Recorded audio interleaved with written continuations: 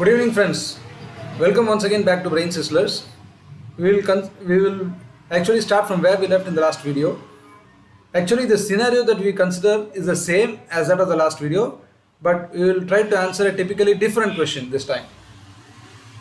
Yes, the cricket lovers as a whole are having a strength of 55. Hockey lovers as a whole are having a strength of 40. 55, and the football lovers as a whole are having a strength of 40, and the total number surveyed is, as I said earlier in the last video, it is 80. And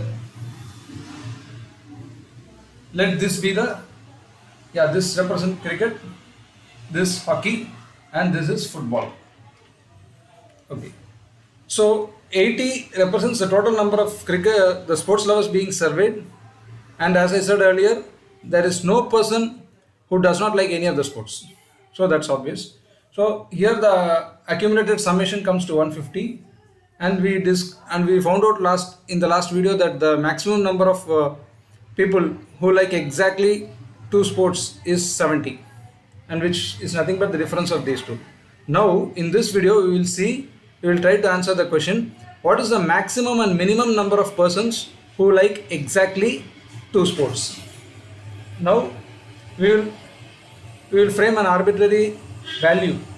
Say C and H alone, let me take it as X, and this triple intersection as Y, and this football and hockey alone to be Y, and this one as W, and then cricket and football alone to be Z.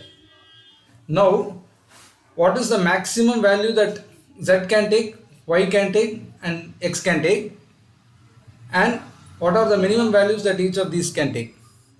So the upper bound limit and the lower bound limit, that's what we are going to discuss in this video. Okay, now coming to the question, see, cricket as a whole, as I said, is 55. So these two summation values cannot exceed 55. So we will write that down first. So Z plus X should be less than or equal to 55. Fine. Now hockey as a whole again is 55. So Y plus X is again less than or equal to 55. Football, Z plus Y is less than or equal to 40. Okay. But we already proved in our last video that under the maximum conditions, that is when triple intersection is assumed to be 0, and when sports lovers who like exactly two sports are to be maximized, we get a value of X plus Y plus Z to be equal to 70. Yeah, we will frame this equation. We will consider this parallelly with this. Now since X plus Y plus Z is 70, X plus Z can be rewritten as 70 minus Y, and Y plus X can be written as 70 minus Z, and Z plus Y can be written as 70 minus X. We will substitute all these values here right away. So instead of Z plus X, I will take 70 minus Y, which is less than or equal to 55. From this I will get that Y should be greater than or equal to 15. So the minimum value that Y can take is 15. And similarly, Y plus X is less than or equal to 55. The same rule holds here. So 70 minus Z less than or equal to 55. So Z should be greater than or equal to 15. And again this one, Z plus Y is less than or equal to 40, and Z plus Y is nothing but 70 minus X. So 70 minus X is less than or equal to 40. That means X should be greater than or equal to 30. So the minimum value that X can take is 30, minimum value that Y can take is 15, minimum value that Z can take is 15. Now we are going to discuss about the upper bound limit, the maximum values that all these three variables can take. Yeah, that can be achieved by, suppose if I want to take find out the maximum value of X, I have to freeze Y and Z to its minimum values.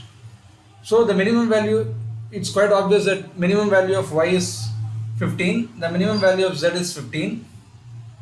So if we substitute 15 and 15 here, so the maximum value that x can take is 70 minus 30, that is 40. So x can be less than or equal to 40. X should be compulsory less than or equal to 40.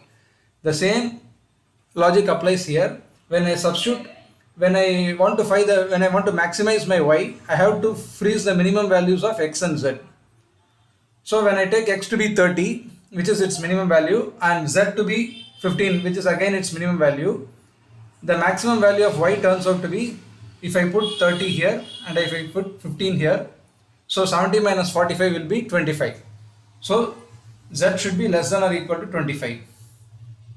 And the only variable left out is y. So in order to freeze y, maximize y, I have to freeze x and z to be the minimum values. So x I put 30 and z I will put 15. So again 70 minus 45 will yield 25. So the maximum value that y can take is also 25. So I have got the maximum and minimum values of the sports lovers who love exactly two sports, which is nothing but y takes a value of, y can be greater than or equal to 15 but less than or equal to 25. For z, it's again greater than or equal to 15 but less than or equal to 25. For x, it is greater than or equal to 30 and less than or equal to 40. That's how we find the individual combination of sports lovers who love exactly two sports. Thanks a lot for patiently listening. Have a nice day.